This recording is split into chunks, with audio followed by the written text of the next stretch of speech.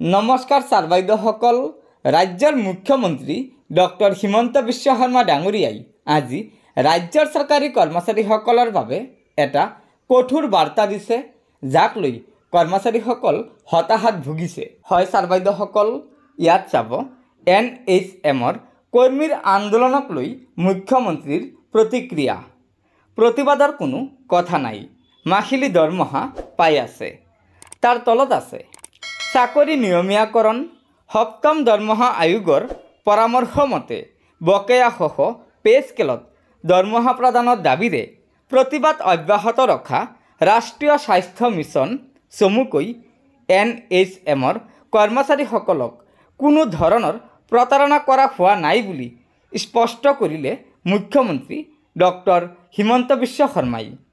NHMৰ কৰ্মচাৰীৰ প্ৰতিবাদ সন্দৰ্ভত আজি মুখ্যমন্ত্ৰীক বিষয়টো সংবাদ মাধ্যমে অৱগত কৰাত মুখ্যমন্ত্ৰী ডক্টৰ শৰ্মাই কয় যে নিযুক্তিৰ সময়ত যিদৰে তেওঁলোকক প্ৰতিশ্ৰুতি দিয়া হৈছিল, ঠিক তেনেদৰেই দৰমহা প্ৰদান কৰি থকা হৈছে। মাহেকীয়াকৈ সকলোৱে দৰমহা লাভ কৰি আছে। গতিকে প্ৰতিবাদ কৰাৰ অৰ্থ কি? চৰকাৰে যি ধৰণে নিযুক্তি দিছিল সেই ধৰণেই তেওঁলোকক সকলো সুবিধা আদায় দিয়া হৈছে। মুখ্যমন্ত্ৰীৰ প্ৰশ্ন, প্ৰতিবাদ কেতিয়া হয়? যদি চৰকাৰে প্ৰতাৰণা কৰিলেহেঁতেন, তেওঁলোকক যদি আমি মাহিলী 10,000 টকা দৰমহা দিম বুলি 6,000 আদায় দিলোহেঁতেন, তেন্তে সেয়া প্ৰতাৰণা হ'লহেঁতেন। তেতিয়া প্ৰতিবাদ কৰাটো বেলেগ কথা।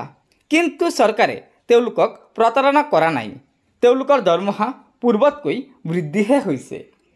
গতিকে ছাৰ বাইদেউসকল, এয়া নিশ্চয় ৰাজ্যৰ NHMৰ অধীনত কৰ্মৰত চৰকাৰী কৰ্মচাৰীসকলৰ বাবে মুখ্যমন্ত্ৰী ডাঙৰীয়াই এটা বৃহৎ মন্তব্য আগবঢ়াইছে, যিটো মন্তব্য ৰাজ্যৰ স্বাস্থ্য বিভাগৰ অধীনত থকা সকলো কৰ্মচাৰীয়ে জনাটো অত্যন্ত প্ৰয়োজন।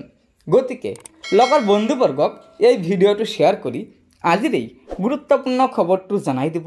লগতে নতুনকৈ অহা ছাৰ বাইদেউসকলে পৰৱৰ্তী সময়ত ৰাজ্যৰ চৰকাৰী কৰ্মচাৰীসকলৰ বিভিন্ন খবৰসমূহ সম্পূৰ্ণ শুদ্ধ তথ্যৰ ওপৰত পোনপ্ৰথমে পাবলৈ অনুগ্ৰহ কৰি আমাৰ এই চেনেলটো ছাবস্ক্ৰাইব কৰি ল'ব। ধন্যবাদ। জয় আই অসম।